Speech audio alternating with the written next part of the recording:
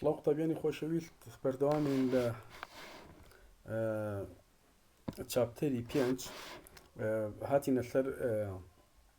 یەکێکی تر لە تەطبیقاتەکانی معادلەی شرۆدینگەر لە هارمۆنیک ئۆسیلەیترە تەطبیقمان کرد توانیمان ئینەرژی لیڤڵ بدۆزینەوە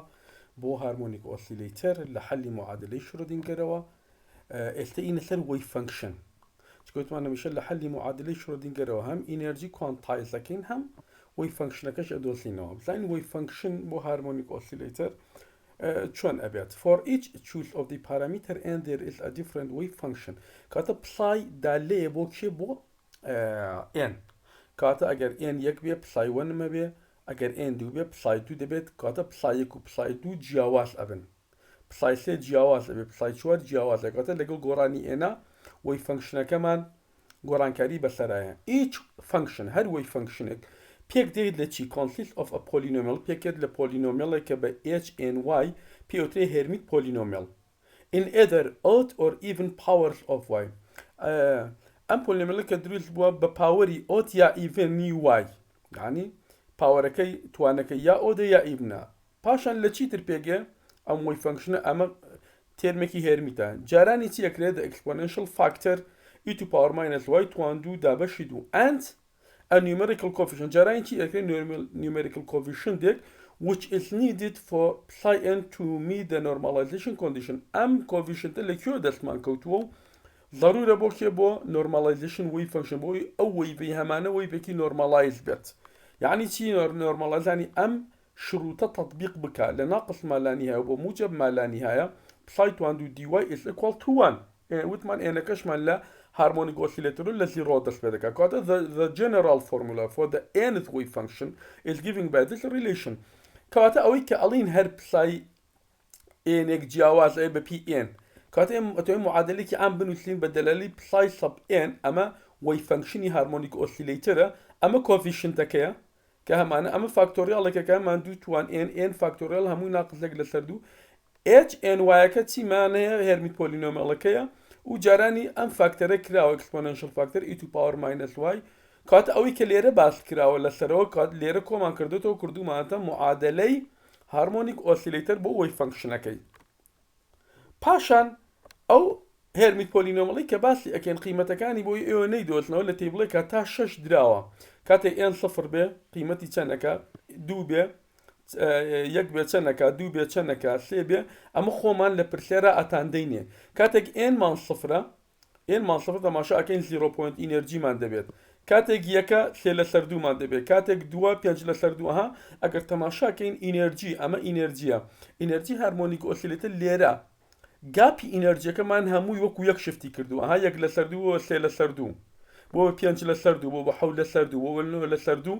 لەگەڵ گۆڕانی ئێنە کەواتە گاپی ئینەرجیمان هەمووی وەکو یەک شفت ئەکات.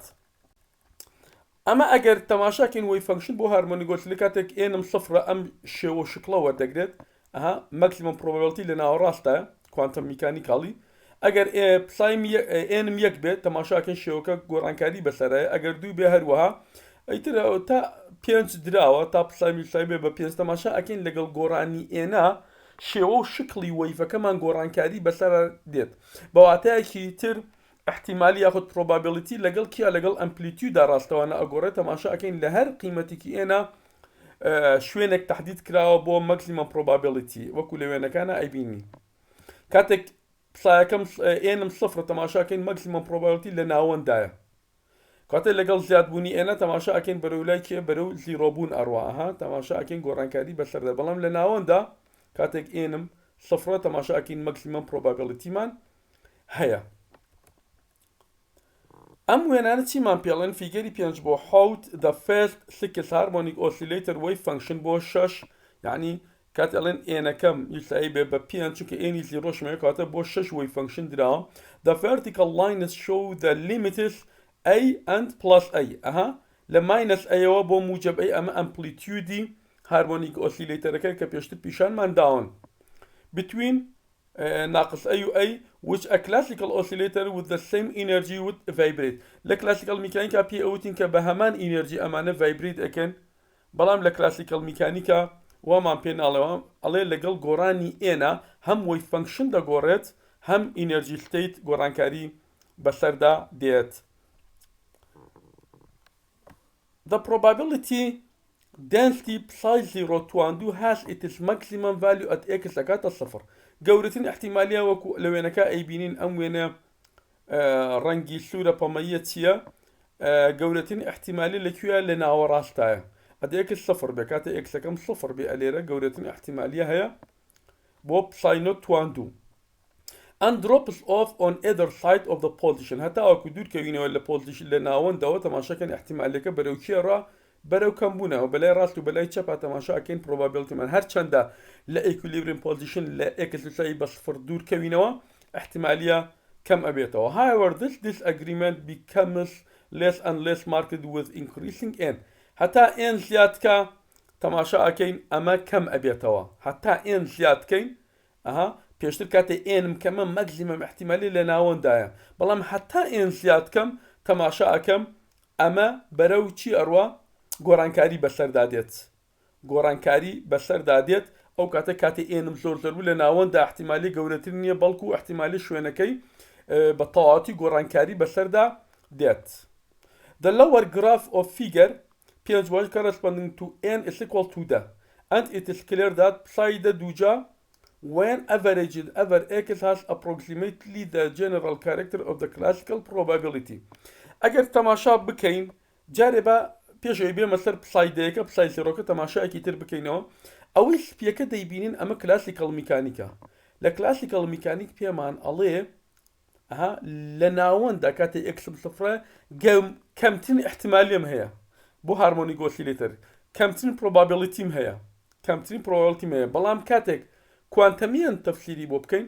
کاتێک ئەکسم سفرە احتیمالی گەورەترینە کاتە ئەمە پێمانەڵێ لە ئێنی بچووکە لە ئێنی کەمە لە مایکرۆوێلدا بە تەواوەتی ریزڵتی کلاسیکەڵ میکانیک لەگەڵ کوانتەم میکانیکە جیاواز دەبێت. جارێکی تر ئەمانگەڕێنەوە بۆ کوێ ئەمانگەڕێنەوە بۆ بۆر کەرسپەندنس پرینسپڵ وتمان لە مایکرۆ شتێک کاتێ ئێنم زۆر کەمە ریزڵتی کلاسیک کوانتم بە تەواوی جیازە بەڵام کاتێک ئێنم زۆرە ئەم دوانە یەکەگرنەوە بۆ نمونە ئەلێرە کاتێک کە کردمەدا تەماشا ئەکەین احتیمالیە لەگەڵ زیادبوونی ئێنە تەماشا ئەکەین زیاد ئەکا ئەمەش کێرڤەکە ئەمە کێرڤە پەمەیەکە کێرڤی چییە کێرڤی کوانتەمەکانە کاتێ ئێنم دەیە یەک لوتکە دوو لوتکە سێ چوار هەتا ئەڕوا هەتا دە تەماشاکەین لە ئێنی پسایدەیە خەتە سپیەکەش ئەبینین ئەمەش کلاسیکەڵ میکانیکە کلاسیکەڵ میکانیک بەم جۆرە دێ لە ناواندا کەمترینە دوای وردە زیاد دەکات کەواتە من کاتێک کە ئێنەکانم زۆر دەبێت لە قەراخەکانە لە ئەخیرەکانە تەماشا ئەکەین ریزڵتی کلاسیک و کوانتەمم نزیک ئەبێتەوە لە یەکتر وەکو وتم جارێکی تر ئەڕۆینەوە سەر کەرسپەندنس پرینسپڵ مەبدەئی تەوافق لە ئێنی گەورە ریزڵتی کلاسیک و کوانتەم نزیک ئەبێتەوە لە یەکتر. ئێکزامپڵێک لەسەر هارمۆنیک ئۆسیلێتەر پێمان بڵێ find the expectation value for the first two states of a harmonic oscillator. الله expectation value قيمة متوقع بۆچی بۆ یەکەم دوو ستێتی هارمۆنیک ئۆسیلێتەر بدۆزەرە یعنی چی یعنی کاتێک ئێنەکەت سفر بێ کاتێ ئێنەکەت یەک بێ بۆ ئەو دوو ستێتە ئێمە ئەڵێن جێنرال فۆرمولەی expectation value پێشتر خوێندومانە لە ناقص مالیانی هەیە جەمالانیە x پسای توانندو dx کاتە in calculation such as this is easier to begin with y in place of x and afterward using equation پەنجا how to change to x from equation just to do and تێبڵی 5 بۆ 2 ئەمانە بەکار ئێنین یەکەم ئیشمان ئەوەیە کە ئێمە ئێکسەکە بگۆڕین بۆ وای بۆی بیکەین بە dimensionless constant ئەوە زۆر مهمە ئێکسەکە بەپێی ئەو معادلانەی پێشتر خوێندومانە چۆن ئەگەر ئێکسمان هەبێ وحدەی مەترە ئەبێ بیکەین بە وای وایەکە dimensionless constant لە سلایدی یەکەمی هارمۆنیک ئۆسیلێتەرە باسمان کرد ئەو کاتە پسای کاتێ ئێنم سەفرە معادلەی پێشووتری پسای کە دۆزیمەوە کاتێ ئێنم سەفرە پسای زیرۆم ئێرە ئەکا کاتێ ئێنم یەکە پسای یەکەم ئێرە ئەکا حتمما ئەمە لەکوێوە لە معادلەی وەی فەنکشنی عامی هارمۆنیک ئۆسیلێتەرەوە دەستم کەوتەوە کاتێک ئێنم سفر بێ کاتێ ئێنم یەک بێ ئێستا جارێک کاتێکەوە ئێنەکەم سفرە تەعویز یەکەم ئەلێرە expectation value دەستمە کاتێک يكا اليرا دوجا يكا مدا انيم و expectation value ادرسون بو هردو حالتك بزانم تن اكات كاتك انا كمثال بالصفر تكاملك نعلم اكسك بدلالتي واي انو سم عمل يرى كونستانت ابي ام كونستانت عندي انا الدروي انتجرال لك يكسر مادام لا يكي انتجرال لك مع صفر لك يكسر بو ننو سراو ليرا اجرنا كونستانت كاتك تحويلات من ابي لاكس او بو واي او كاتا هندي كونستانت من بو دروس ابي وكو اجبار وانا اسا ام انتجرال بساينوت من السلايد بيشتو دوزو تعويل كانوا انتجرال لك ور اجرين تماشا كان قيمتي اكاتا صفر ككردي الصفر بزين فيزيكالي أنا تيمان بياله فيزيائيا تيمان بياله با إن يكي جوار جن إن جالك دانا وكان كين أي أجر إن مسايبة بيك دي سان جالك تلا ناقص مالين بو مجال واي بساي 1 تو عندو دي وين بساي 1 ما ندوزو لسلايد بيشو دو جاء كين تعويض لكن تماشا كان دي سان كاتا الصفر أم انتجرالا أجر تماشا كين ام انتجرالا بو أكاتا الصفر هل كاتشتكي لم شكلة عن بيني تواني وياكم تاكبو أو يكا أو سيا يا بينجا يا حوتا يا أويا نويا كتوانا كان تاكبو يكسر اوتوماتيكالي ببيعو حلكي انتجرالك اكاتا الصفر بلام اگر جود بو ناكاتا الصفر بون من اگر وياكم لير تواني دو بويا تشوار بويا شش بويا ني اكد الصفر بلام اگر تاكبو يكسر اوتوماتيكالي اكاتا الصفر بابين سر تفسير كان The expectation value is therefore zero in both cases لهردو حالات صفري كزاين بو ان فاقد لراستيا x is equal to zero يعني expectation value أكاد تصير for all state of a harmonic oscillator بو همو حالة كاني harmonic oscillator كاتا ان يكا دوا سي چوارة بينجا هزارة حرچن هيا expectation value x أكاد الصفر which could be predicted since x is equal to zero is the equilibrium position of the oscillator where its potential energy is minimum كاتا x man أكاد الصفر اما افريج فاليو كيا كاتي اكس مان اكاتا الصفر اكس صفر بيو ايكوليبريم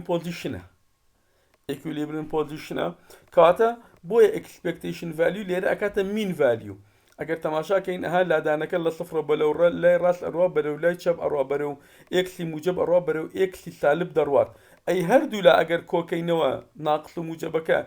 إيكوليبريمي لكويا لصفرة بويا بو همو حالة كاني إن يكا دوا سيا چوارة حتى هرسنة بي expectation value چونك أكاتا mean value چونك أكاتا average value بويا هر صفر درجات لدرسي دواتر إن شاء الله إين سر هنا أنا كانوا چند برسيارك